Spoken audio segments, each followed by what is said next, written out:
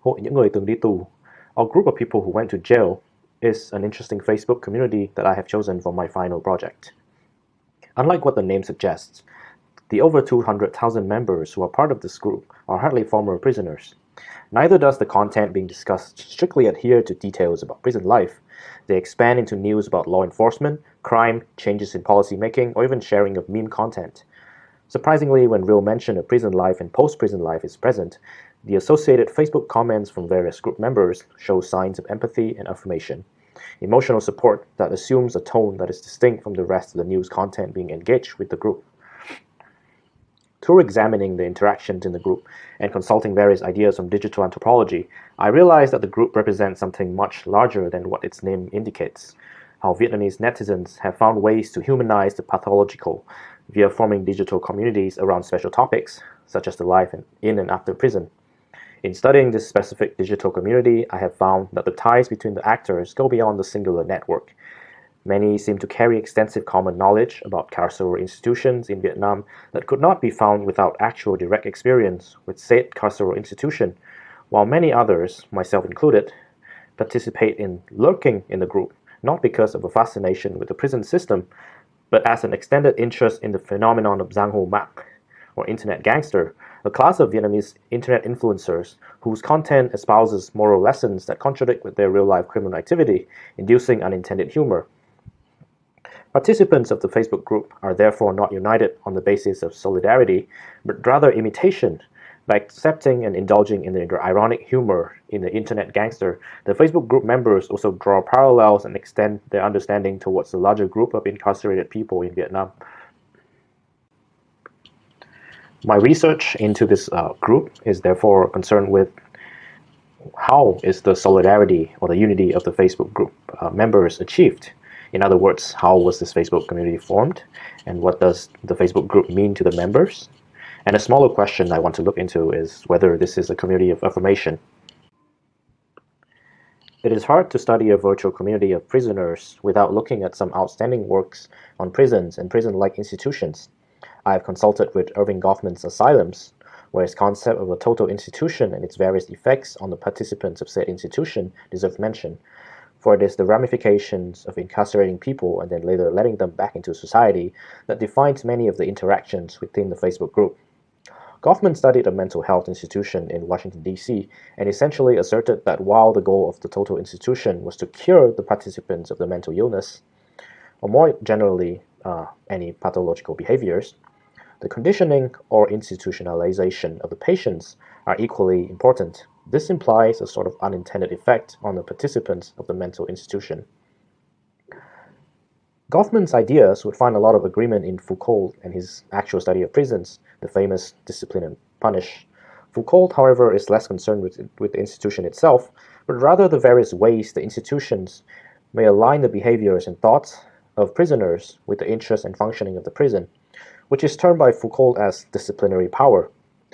I will be using disciplinary power to frame some of the interactions in the Facebook community, since one can think of the various kinds of affirmations there as a response to the disciplinary power faced by criminals living within an institution.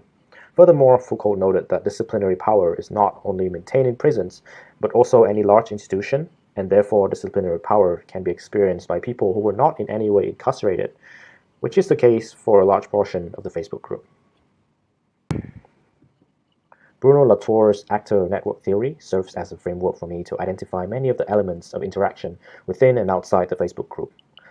Latour's model is special in its disfavor of technological determinism through its flat and equal treatment of both human and non-human actants as simply nodes carrying the same agency within a larger network. If one merely focuses on the human actors of the community, as in my preliminary observations, one will see that the Facebook felt more like a disjointed juncture between different and possibly non-intersecting subgroups. Instead, later on I will show some surprising non-human actants that became sort of the rallying point for participants in the community. In thinking about the comments and posts within the Facebook group, I have chosen to examine a smaller question, that whether these interactions constitute a certain form of a community of affirmation, as outlined by Ronald Neeson's paper, While there are indications of various members enabling the sharing of the prison experience, I believe the interactions in the Facebook group go beyond a pure community of affirmation, and is rather a collage of a number of communities and forms of interaction.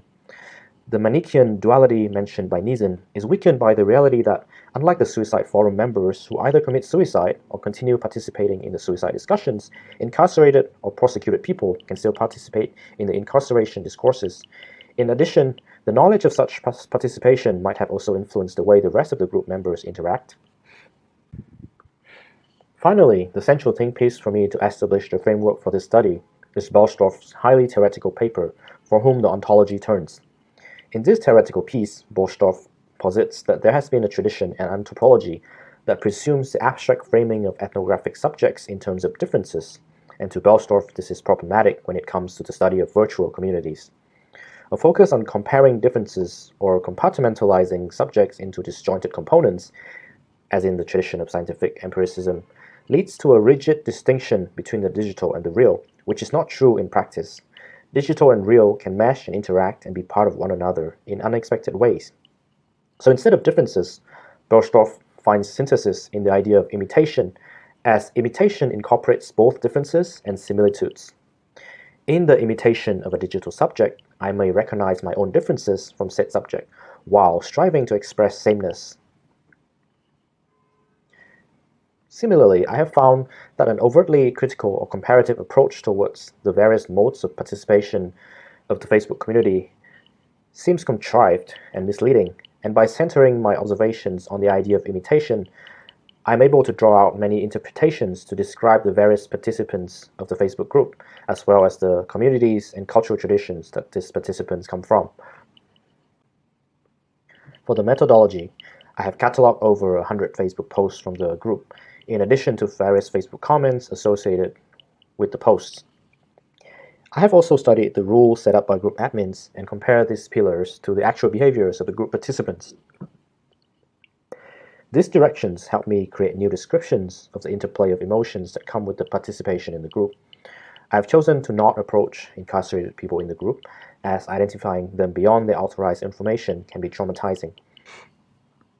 The posts on the Facebook group can be split into three main categories: those that engage with or capture news on local and international criminal activities, those from perpetrators or relatives or friends of perpetrators seeking advice or information on all things prison, and lastly, anecdotal posts from actually incarcerated or soon-to-be incarcerated people. The majority of the posts belong to the first category. In this function, the entire Facebook group resembles a journalistic digest, where many of the posts are actually text reproductions of online news articles on crime activities. As such, many of the comments and interactions take on a more vindictive tone, calling for specific prison terms for the crime perpetrators. However, there's also an angle for humor. A handful of posts were parroting the crimes or criminals being reported in mainstream media outlets or engaging in meme content. The second category is peculiar in that, for a lot of the questions seeking help, the asker used a fake Facebook profile, intentionally hiding their official internet identity. This is perhaps to avoid persecution or unwarranted attention, a practice common to netizens who participate in big Facebook group discussions. However, it is important to note that for this group of questions and the last ones, the interactions take on a completely different tone, and a lot of the replies and comments are from people who had their own bouts of dealing with legal troubles, often involving prison terms. Bollstorff's digital reality matrix comes to mind, where we can consider interpreting the interactions of the second type as harboring belonging to the digital and real, while the parody content, for example, falls into the physical and unreal. It is important to note, however, that the participants of the group do not fall neatly into these boxes of the matrix.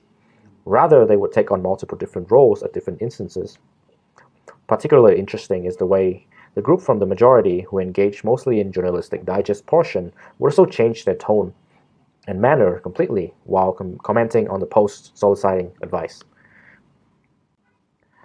The last category of posts belong to the minority, which is interesting in that it is this third group of people who are the true, unironic, titular group of people who went to prison. Many of these posts are anecdotal, A focus on a certain member lists 5 different posts in the span of a year and timestamped months between each other. And each post resembles a new diary entry, touching on subjects such as life lessons learned, regrets, relationship with parents, job struggles after the prison term. Posters who are similarly former prisoners receive a lot of supportive comments, ranging from words of gratitude to encouragement to keep ahead with their own lives. These kinds of interactions have a therapeutic effect, though perhaps further research should be done to actually assess the sort of affirmation inculcated here. It is important to note here that mental health support is a novel concept in Vietnam, and therefore, much like in Neeson's study of the suicide forum communities, these former prisoners receive a form of encouragement akin to an Alcoholics Anonymous or other forms of group therapy. It is here that we may discuss our question on the community of affirmation. My observation is that Facebook and its media policies may have played an important role in forming this community. While many under-moderated suicide internet forums did lead to real-life suicides, according to Neeson, the monitoring of Facebook, which includes the censorship of offensive language, misrepresentation of facts, and an actual preference for people to showcase their real identities, which necessitates a policy on fake profiles, barred extreme trolling behavior from occurring on the Facebook group itself. This artificial and structural monitoring is slightly different from the kind of monitoring described by Neeson in his research on suicide forums, in that the admins played a smaller role monitoring the posts. Indeed, with a critical mass of over 250,000 members, relative to a total of 8 moderators and a single admin post naming only 4 simple group rules at the time of my access, the Facebook group received remarkably few trolling activities. Therefore, for this portion of the post, despite actual human moderation, the group can be seen as a community of affirmation. The to-be inmate and ex-inmate participants actually receive many words of encouragement that they would otherwise not have found without the digital community. In the group's events section, I noticed only one online event in the past, which in English translates to learning to live stream to become a real gangster. This is of course a somewhat sarcastic, dark humor treatment of a formerly viral Vietnamese internet trend. There has been a lot of commentary on Giang Hồ Mạng, a type of Vietnamese online influencers who created content drawing on topics such as gambling, drug use, and life as a loan shark. Khá Bảnh, Huấn Hồng, and Tiến Bịp are a few who fall under this umbrella. These influencers are notably entertaining not for the genuine message of their viral shorts on YouTube or TikTok, but rather their charisma and self-ignorance that induce humor. Bạn có cái quyền gì mà bạn bắt con người ta phải yêu bạn trong khi đó bạn còn chưa được hoàn thiện, trong khi đó bạn tiền không có, trong khi đó bạn lại gái gú, trong khi đó bạn lại chơi bời, cờ bạc, công việc không có, lý do đâu bạn bắt con người ta phải yêu bạn, làm sao bạn ép được con người ta phải yêu bạn, bạn là cái gì? They have been dismissed by mainstream media as living dishonest double lives, while they boast moral lessons, warning against drug use and gambling in their shorts. They themselves were later prosecuted and imprisoned for drug use and gambling offenses by authorities who caught on to the content. While deemed as having a net negative social influence on society by mainstream media, these influencers have gained a lot of attention from Gen Z social media followers, many of which are highly educated and may have found their content engaging due to the novelty of seeing wildly different socio-economic realities from their own. The discourse on the Facebook group reflects this. As of this research, many of my own Facebook friends were part of the group, and there are repeated references to the gangster influencers, or even reposting of the shorts in the posts and comments, which drew many haha Facebook reactions. Therefore, while not direct participants of the Facebook group, this class of internet influencers served as actants that inverted the image of prison and crime for many of the casual members of the Facebook group. By drawing on the tragic humor of these characters, casual members who have no direct prison experience may develop sympathy for the members who do have such experiences.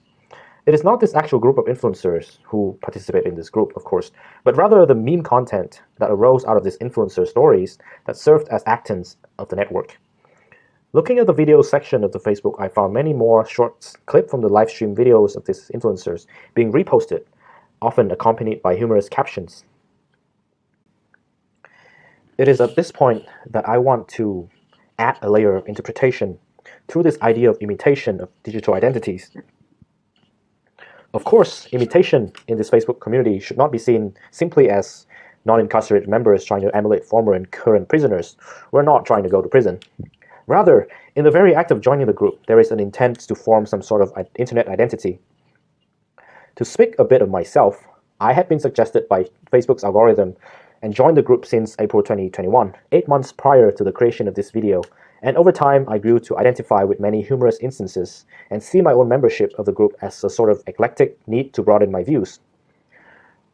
As a social network that encourages the authentic representation of oneself online via encouraging users to use real names, posting pictures with the tagging function, listing of educational backgrounds and workplaces, birthdays and locations, Facebook is also in context, a medium that encourages large-scale mimesis.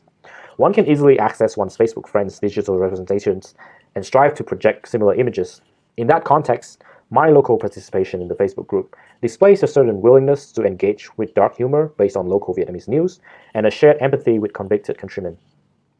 When I repost a short from a gangster influencer with the intent to induce humor, I am also participating in the collective imitation of a certain darkly humorous and popular culture savvy persona. As such, the humor parroting prison-related subjects are not simply an irrelevant feature of the prison Facebook group. Rather, they are nodes or actants where many members from various subgroups can connect to. I believe that further ethnographic work may be conducted to look at the motives of the participants in this Facebook group, that whether younger educated participants of the group are there not for an inherent interest in prisons, but for the meme culture that the Giang Ho Mak influencers generated, or even other alternatives rationales. This may give us a much better understanding of how Vietnamese netizens interact, in a larger sense, with issues of law and authority in a country with well-known mainstream censorship practices. While Foucaultian disciplinary power are restrictive in prisons to the point of inducing trauma and psychological isolation from society at large, one must remember that disciplinary power, by definition, can be found in any large institutions, many of which have control over the non-prisoners as well. The existence of the Facebook group, then, begs the question of whether the juncture between the prisoners and non-prisoners promote a transcendence of disciplinary power from one form to the next. In conclusion, while still a cursory qualitative study, this project has attempted to capture one specific digital community on Facebook.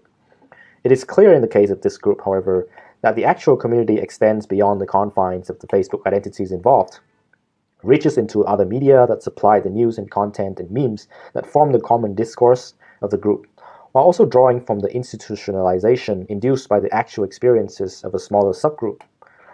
In that sense, such a group is an amalgamation of various forms of community, a group therapy situation, a community of affirmation, a forum for memes and humorous content, an online news site, and a specialized blogging platform.